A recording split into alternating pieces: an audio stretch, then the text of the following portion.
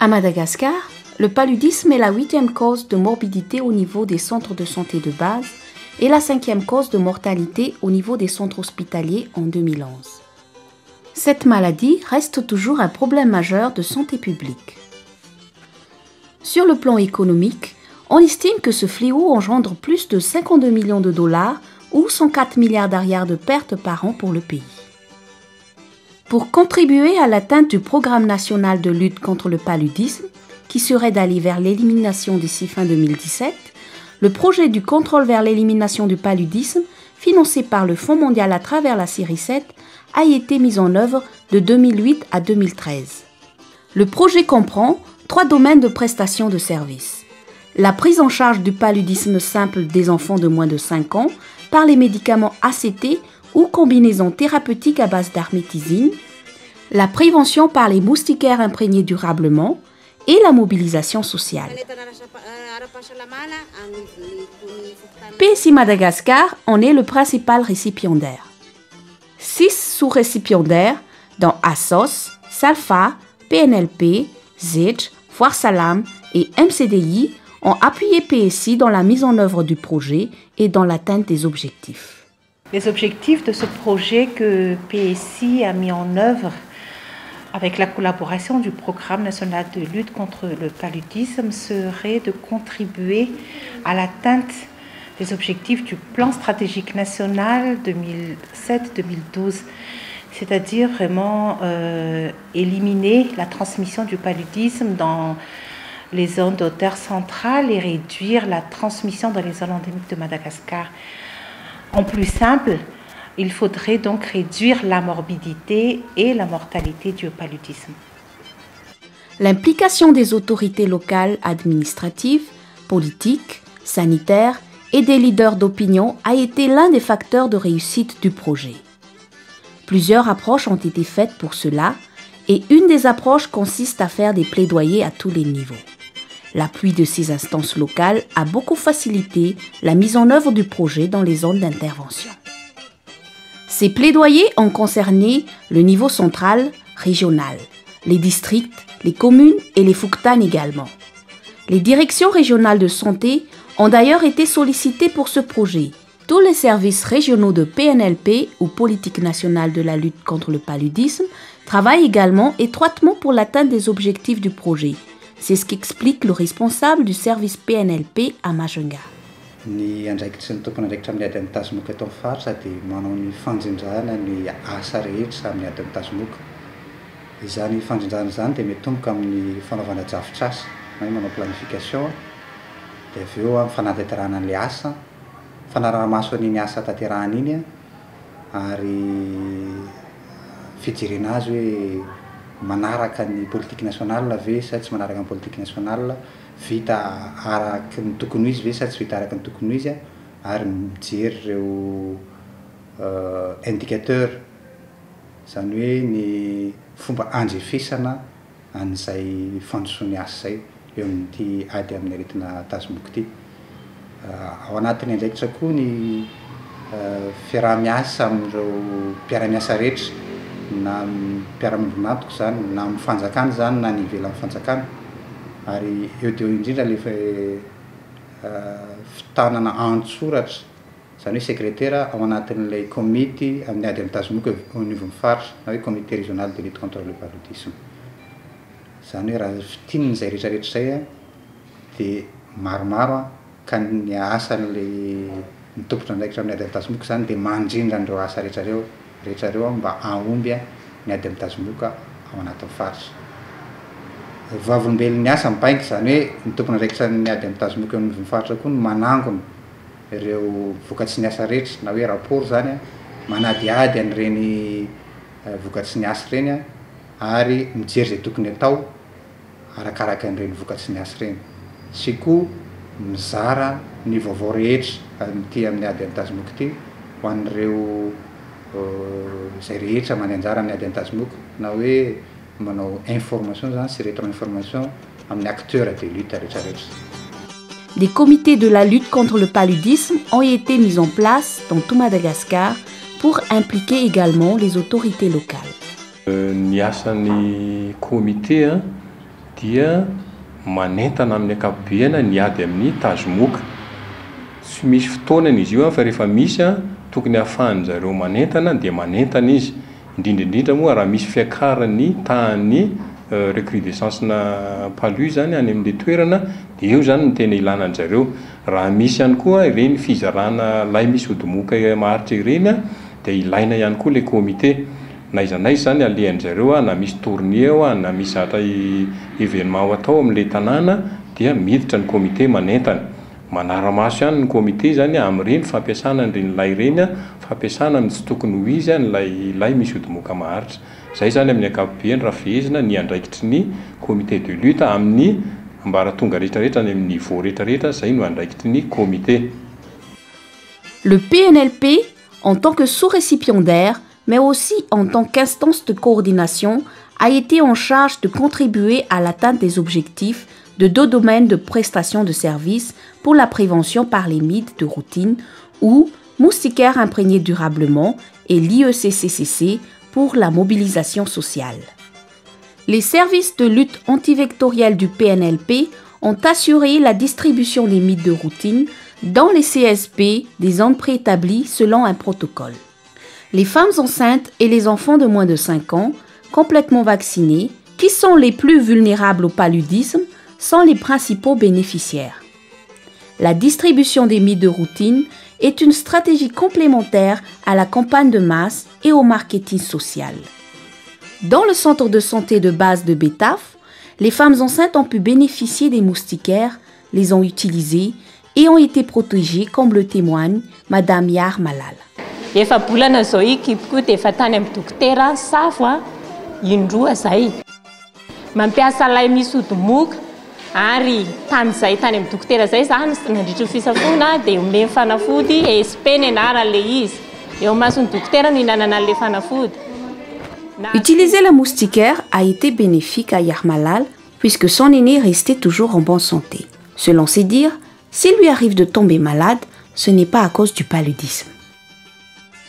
À quelques kilomètres, le centre de santé de Mandout a enregistré également un taux de rapportage et un taux d'écoulement de moustiquaires élevé. Octobre 2013 moa zany no natomboka ity fanomezana lay misy odimoka atao hoe mythes de routine ity izay nazahoan'ny district'ny Mandoto lay miisa 7 zay mitsinjara ho an'ny commune amin'ny CSBN Akazomoritra, CSBN Mandoto ary CSBN Anjoma Ramartin.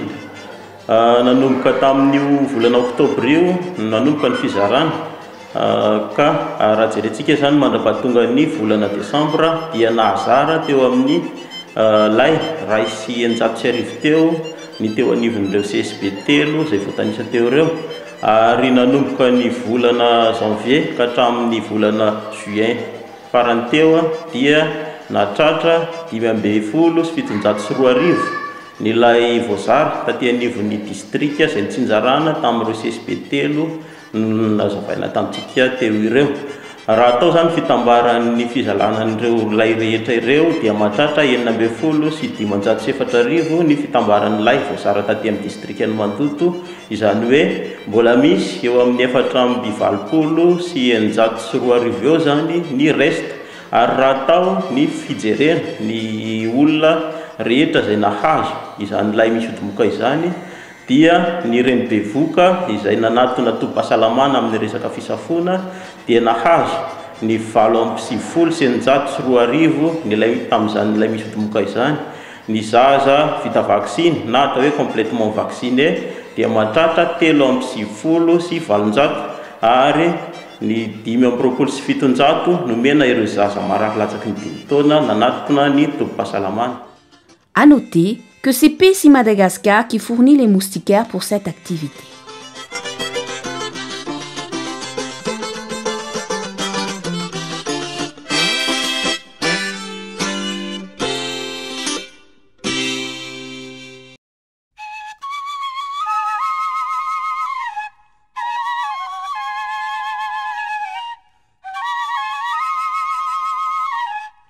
Pour le domaine de prestation de services, prise en charge des enfants de moins de 5 ans, l'agent communautaire a eu un rôle clé dans le traitement de paludisme au niveau communautaire. Celui-ci assure la liaison entre la collectivité et l'ONG auquel il est rattaché. L'agent communautaire s'occupe de la sensibilisation de la population sur l'importance d'aller rechercher des soins en cas de fièvre et de la prise en charge du paludisme simple des enfants de moins de 5 ans à travers la prise en charge intégrée des enfants de moins de 5 ans et la gestion des intrants. Madame Arline, 52 ans, a été désignée comme agent communautaire par les habitants. Elle s'occupe d'un secteur à Hambourg-Vie. Concernant la santé de l'enfant, elle a été formée comme tous les autres acteurs communautaires dans la prise en charge du paludisme simple des enfants de moins de 5 ans.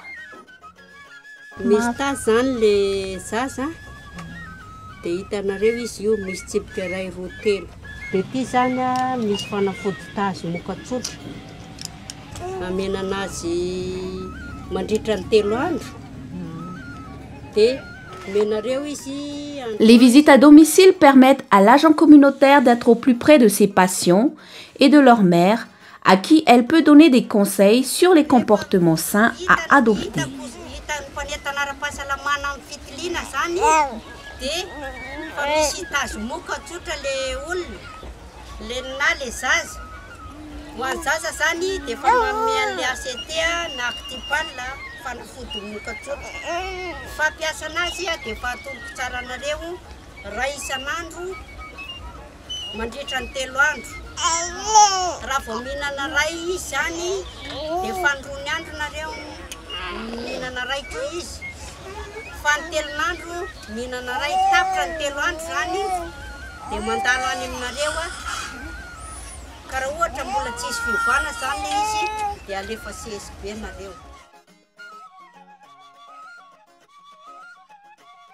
L'implication totale des agents communautaires dans l'accomplissement de leur travail et leur volonté d'aider leurs prochains a permis à plus de 200 000 enfants d'être traités.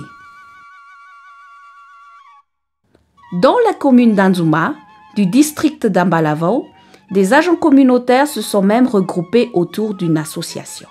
Zahay eto Anjoma zany a ny voameran'ny fahasalamana ny asa eto Anjoma dia namorona association dia nampitondranay anarana zany hoe VMFA satria vahoaka mivondrona ao anatin'ny fahasalamana zay zany no nitondranay anazy. Nahatonga anay mba hanao an'io moa zany dia mba ho aina iray zany a ny asa manontolo na karatsena na hasoavana na amin'ny asa izay atao mba ho asa raikitra zany a ny asa rehetra mba tsy hisy avakavaka koa manomboka eo fa ho asa raikitra ny asany. Dia namorona an'io moa zany anay a tany amin'ny volana avrily 10 fa 12 May 10 efa nahazo ny récépissé tanteraka. Dia ngay moa zany manao cotisation ngay ao agnatin'ny ny AC mba hamasihana ny PA zany mba sy hatapatapaka ny fanafody izay ilainay. Mba hifampitsinjovanay koa zany amin'ny andro ndraiky andro hoe misy fahoriana mahazo na hafaliana atao dia mba agnatin'ny caisse zany no alaina ny vola. L'association VMFA compte 24 membres. Les agents communautaires et l'ONG Inga Madagascar voire Salam gagnent sur tous les fronts.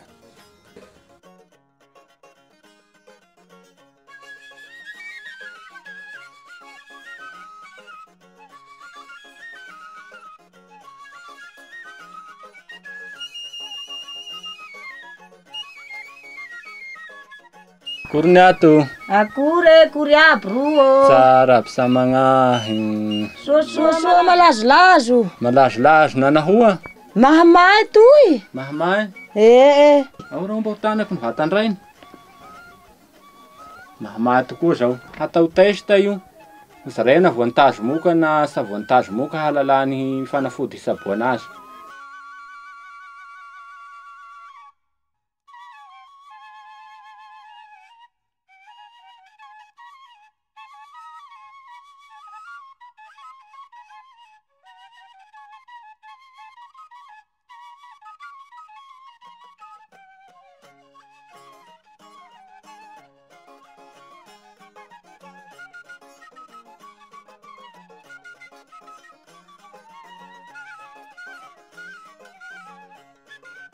Rehefa natao test moa zany zanakinao dia hita fa pozitifa izy dia voan'ny tazo moka marina zany zanakinao. Dia ilay pozitifa moa izay dia omenana ACT zanakinao zany dia tia mifanafody omena azy. Dia ny raiky tia androany, ny raiky apisy, ny raiky mifakapisy. Agnatin'ny 3 andro misesy zany dia ampiana paracetamol ihany koa izy ity. Fa zany tsy manana paracetamol fa laniny taminahy dia mba mividy ianao zany paracetamol isaky ny adiny 9 zany izy mihinana azy. De l'autre côté d'IUS, les agents communautaires de l'ONG-MCDI ont pu améliorer leur travail de rapportage des données au CSB et à l'ONG grâce à une nouvelle tactique.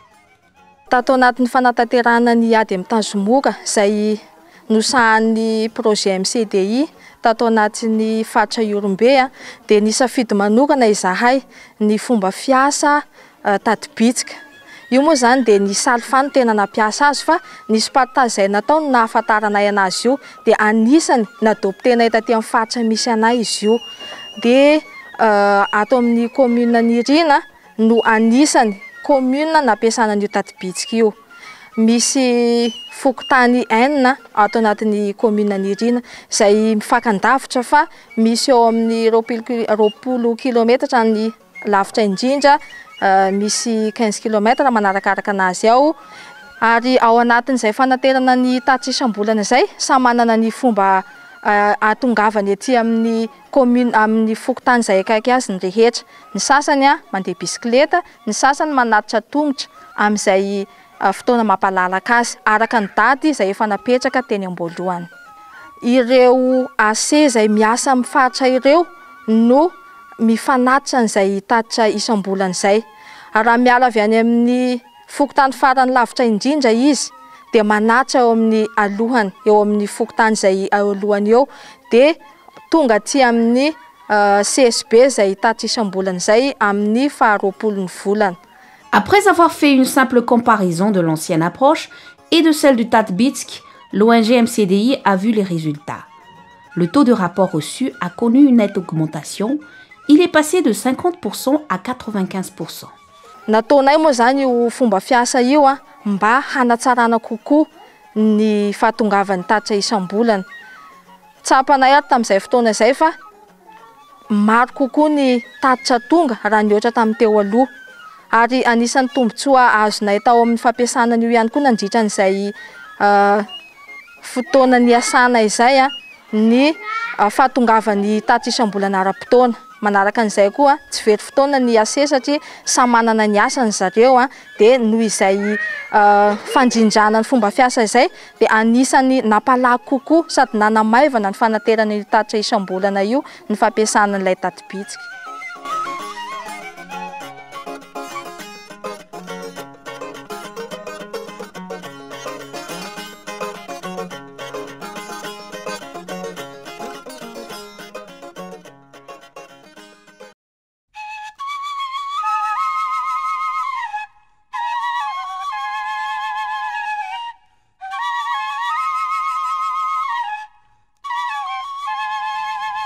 Le projet du contrôle vers l'élimination du paludisme a mis également l'accent sur la sensibilisation et le renforcement de capacités des acteurs autres que les agents communautaires.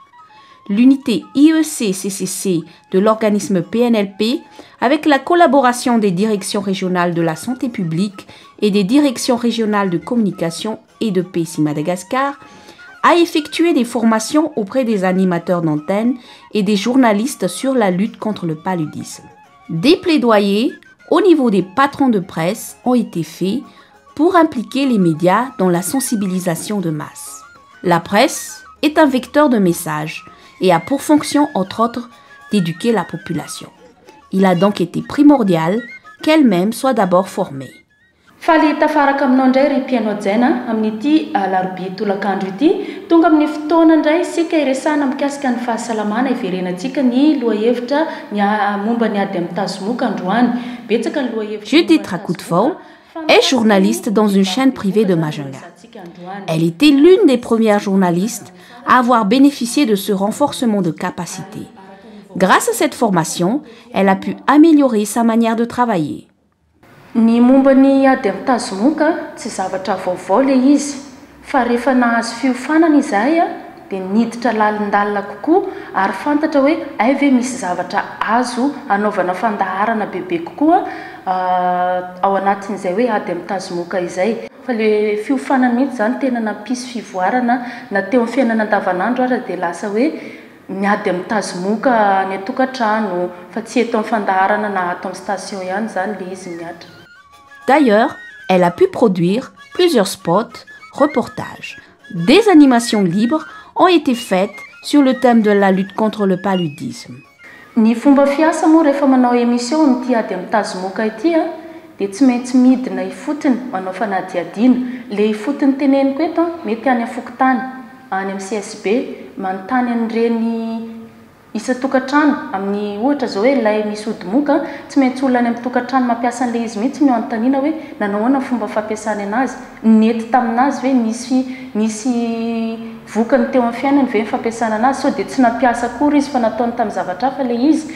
Avy any moa zany dia manao an'ilay fandaharana atao amin'ny birao dia manao ny off, manao ny montage rehetrarehetra fa alohany hidifuzena an'ilay fandaharana nefa dia tsy maintsy mandalo any amin'ny tompona andraikitra voalohany amin'ny ady amin'ny tazomoka eto amin'ny faritry Boeny le izy mba hahafahany manisy fanitsina raha ohatra ka misy dia manampy koa azy manampy raha ohatra ka hoe misy tsy ampy kely le izy. Raha sanatria moa misy diso dia tsy maintsy hovaina mihitsy satria amin'ny mahatompona andraikitra voalohany azy izay tsy maintsy miandry validation avy any foana zany ny fandaharana na spot rehetrarehetra ankoatra ny fanentanana. Nefa kosa le fanentanana azy maka sopapa kely any aminazy hoe inona no tenenina raha ohatra ka hiresaka ohatra zao mba tsy hisian'le zavatra diso tenenina any amin'ny fandaharana.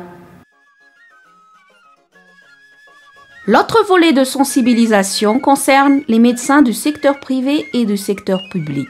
Ces derniers ont également pu bénéficier d'un renforcement de capacité sur les techniques de communication. Raoul Yersou Sylvia, médecin-chef au CSB2 d'Ambourvie, dans le district de Majunga, a bénéficié d'une formation en IEC. Zaho zany anisan'ny nahazo formation en IEC PALU dia ny vokatsoa azo zany afaka mandanjalanja n'le resaka atao amin'ny marary dia manaraka an'izay voarain'ny marary zany fa misy ny fitiliana maimaim-poana atao amin'ireo tratran'ny fanaviana ary misy ny fanaisana an-tanana maimaim-poana ihany koa ho azy ireo. Dia ny fiovana hita zany dia tsy manao dokotera tena intsony zany le olona fa manantona ny tombom-pahasalamana avy hatrany raha vao mafana hoditra. Ces docteurs étant en relation directe avec les patients et leurs familles peuvent également véhiculer des messages de lutte contre le paludisme. La mobilisation sociale dans ce projet a également permis de toucher une population très large. Pour l'ONG ASOS, un des sous-récipiendaires du projet, la sensibilisation et la mobilisation sociale sont des supports essentiels pour tout changement de comportement. C'est pour cette raison que l'ONG ASOS a misé sur une approche innovante, divertir pour éduquer. Une de ces groupes folkloriques a été mise en place à Bétaf. Composée de 16 personnes, cette troupe fait la fierté de la commune. Créé il y a 30 ans, le groupe Yakarn est une des activités de sensibilisation proposées par l'ONG ASOS pour informer la population sur le paludisme, les modes de prévention et de traitement de cette maladie.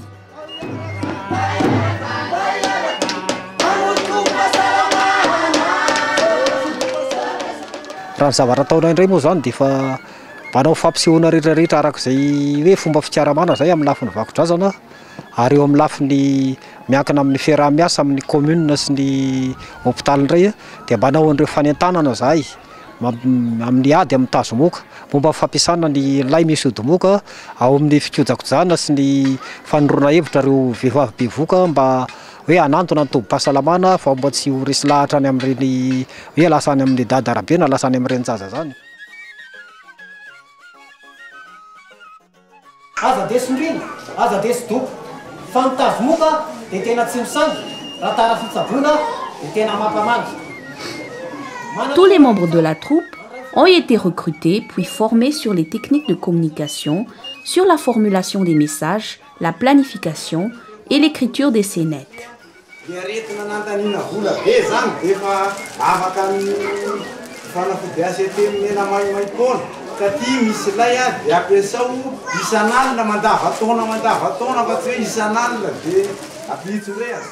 Jeudi, c'est le jour de marché à la Kamisianatvat, un jour idéal pour drainer beaucoup de foule. Bien que le spectacle donné par le groupe Yakarn ait un caractère éducatif, il ne reste que le côté ludique est également présent, comme le témoigne ce spectateur. Zay zany ny zavatra enina teto zany dia tena betsaka ny tombontsoa azo avy amin'ny fampiasana lay dia manomboka hatreto zany ny ampiasako an'ity zanako ity dia hitady lehilahy amin'izay zay zao ampiasa azy isan'andro mandavataona.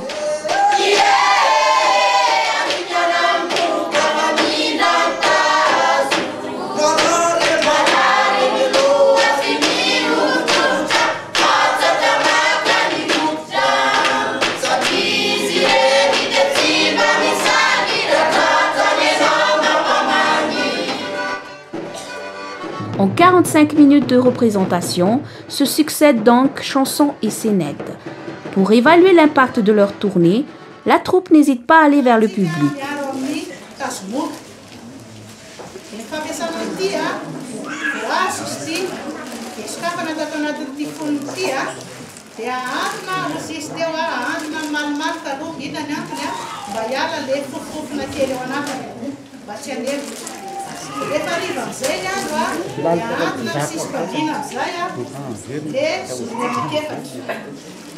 De l'autre côté de Mandout, le groupe Piasna se prépare pour les spectacles de marionnettes. Cette forme de sensibilisation plaît énormément à la population qui en est très friande. Les marionnettes, dia anisan'ny tena mampiavaka azy indrindra na dia atao anisan'ny hoe efa tranainy dia tranainy tokoa raha ny zany hoe marionnette zany no nisiny dia anisan'ny tena mahomby izy satria ny olona dia tia fanentanana hoe sady mila mampiome ny fanentanana dia faharoa anisan'ny hoe anankiray mampiavaka azy koa hoe sady mahita ry zareo no maheno audiovisuel moa ny fahitantsika ny fahalalantsika anazy ka anisan'ny tena anisan'ny fitaovana mahomby zany izy anisan'ny itiavan'ny olona ny marionnette ihany koa dia noho ny hetsiketsiky zany na eo amin'ny lafiny dia zany hoe ny olona moa efa rahantsika mahafantatra fa mila taitairina amin'ny alalana fampimehezana atsikana anisan'ny théâtre velona mihitsy zany ny marionnette ka izay ny antony mahatonga ny miteny hoe anisan'ny tena tsara ary mahomby ny fanaovana ny marionnette eo amin'ny lafiny fanentanana moa izany. La manipulation des marionnettes exige beaucoup de dextérité de la part des marionnettistes. Ces derniers ont été formés à les faire bouger et à en prendre soin. À chaque membre sont attribuées des tâches bien précises concernant ces poupées géantes. Zay moa zany rehefa no spectacle ohatran'izao dia alohan'ny hitondrana azy aty amin'ny toerana anaovana spectacle aloha dia mila fanomanana izy any an-trano, mila verifiena daholo hoe mipetraka amin'ny place ve ny akanjo, ny tendany ve mety satria indreny misy fahasimbany indraindray. Dia rehefa tonga aty amin'ny toerana anaovana spectacle indray dia mizara samy manana ny andraikiny izay dimireo. Ho anahy ohatra zany zao za zany dia resaka fanentanana ny vahoaka fotsiny tena anjara ny asako. Manentana an'ireo mametraka fanontaniana amin'izay lohahevitra nentinay teo aminatin'ilay tantara atao amin'ilay marionnette zany. Dia ny aty koa moa zany manana ny anjara asany dia omena azy indray fitenenana. Ohatrany anandray zany rehefa tonga aty ilay marionnette dia mazana ohatra hoe ny paingotra amin'ny akanjo tsy mipetaka tsara, ny volony ohatra hoe misy bozabozaka na misaritraditaka dia anjarako indray mandamina an'ilay marionnette zany alohan'ny tena andraisana azy isehony amin'ny vahoaka dia tsy maintsy hoe alamindamina aloha ny izay tsy mety amin'ny rehetrarehetra zany. Ny anjarana asako indray moa zany dia eo amin'ny fanomanana ny casse-télé ohatra ty trano ty zany dia eo amin'ny fanomanana ny tantara izay voizina tao anatin'ity ty zavatra ty. Zay zany le anjara asako. Ny nahy moa zany dia mikarakara ny resaka paperasy, rapport makany amin'ny président Fokontany, makany amin'ny maire rehefa tonga amin'ilay toerana anaovana spectacle. Dia ny tantaranay moa zany dia miara-mamorona anay 5 mianadahy, miara-mamorona an'ilay tantara ho atao. Dia ny tantara ho ataonay misy thème anankitelo. Ny vehivavy bevoka dia ny zazalatsaka ny 5 taona dia ny olona rehetra. Ahitanana ny olona rehetra sy ireo olona voalaza ireo zany atory ao anatilay misy odi-moka. Zay zany nena. Ny anjarako indray moa dia eo amin'ny mpikirakira zava-maneno, manampy mandihy fa tsy manao tantara fa manampy an'ilay olona hoe mandihy. Dia mikarakara an'ilay trano kastele koa indraindray dia zay ny anjara asako tompoko. Zahay ireo moa zany rehefa hoe anatin'ny tantara dia arakaraky ny rôle hoentiny zany ny anarany. Fa rehefa anay dia mametapetaka fotsiny ao hoe kiala mena volo, kiala mirindra, dia malesa, dia bosa, dia meva. Zay zany ny anarany. Malesa sy bosa dia kiala mena volo fa felana ny tena anarany.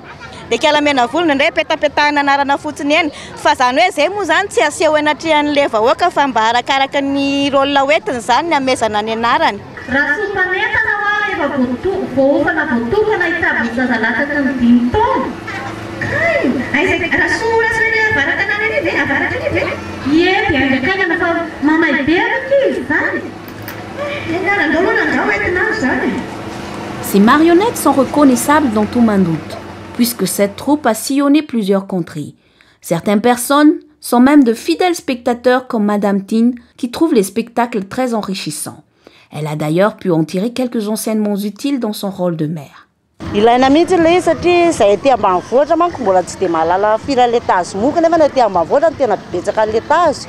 Dia raha tsy misy fanentanana ohatr'izao tsy dia azon'ilay olona aty loatra. À ces formats de divertissement s'ajoutent également les journées de sensibilisation. Ceux-ci ont été également organisés dans les communes et districts. Des tournois sportifs de basket, des radios-crochets, des carnavals, ainsi que des animations ont été menés à travers les districts. Le projet Global Fund a su mobiliser plusieurs acteurs qui ont su mettre en commun leurs expériences, leur savoir-faire et leurs acquis. En tout, 21 régions ont été couvertes par le projet.